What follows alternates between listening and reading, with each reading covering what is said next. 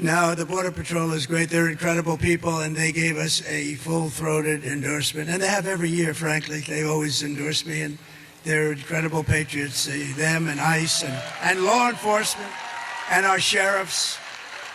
Our sheriffs are great. Police all over the country. They are really respected by everybody, but they don't understand because they don't get treated properly. And we're going to treat them properly, and they're going to solve our crime problem very easily. It's what they want to do. They're dying, you know what? They're dying to do it. They watch these stores being robbed, guys walking out with refrigerators, 500 thugs going into a department store, cleaning it out, some of them with refrigerators on their back.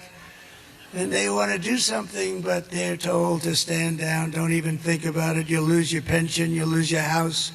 You lose all your money, you lose your family. And we're going to free them up to stop the crime in our cities and stop the crime in our country.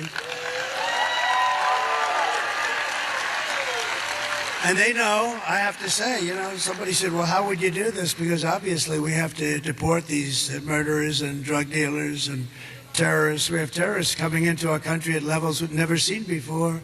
You know, in 19, if you look at the numbers issued by the Border Patrol in 2019, a Trump year, and I don't even agree with these numbers. They said I had 0 terrorists. Oh, by the way, bring down that board, please. Just my favorite board in the whole world. My favorite board in the whole world.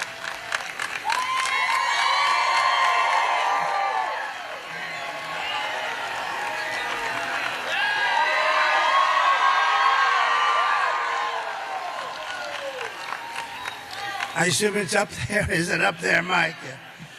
So, I love that chart.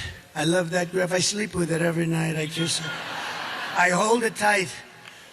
But it saved me, because if I didn't make that sharp turn to the right to look at it, I would not be with you tonight. So, if you look at the arrow on the bottom, that was my last day in office. And after I left, all they had to do was leave it the way it was, remain in Mexico. You think it was easy to get Mexico to say, oh, sure. They said no. They laughed at me when I first proposed it. And within about 10 minutes, they were saying, we would love to do it, sir. I said, I'm going to put tariffs on every car and everything you send into the United States if you don't do it. And they not only that, they gave us thousands, tens of thousands of soldiers free of charge, everything free. I wanted it free. And tremendous crime is coming through. But that was in 2019. They said we allowed 0 terrorists. It had terrorists 0. And it was good, but I think it has to be a little bit. But the following year, it was 16 or 19 terrorists. Now it's thousands of terrorists. They're coming from the Middle East and all over the world. Some of the worst in the world. We know the names. We have no idea where they are. But our local law enforcement does, you know. People say, well, how are you going to ever find? Our local sheriffs and law enforcement people are incredible, and they're dying to do the job. And they know their middle names.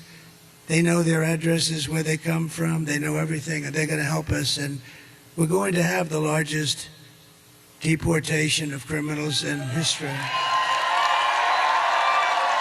But I want you to hear directly from another incredible mother whose world has been shattered just recently also because Kamala let savage, illegal, alien murders into our country through the open border. She has an open border, unvetted, unchecked, an open border. Please.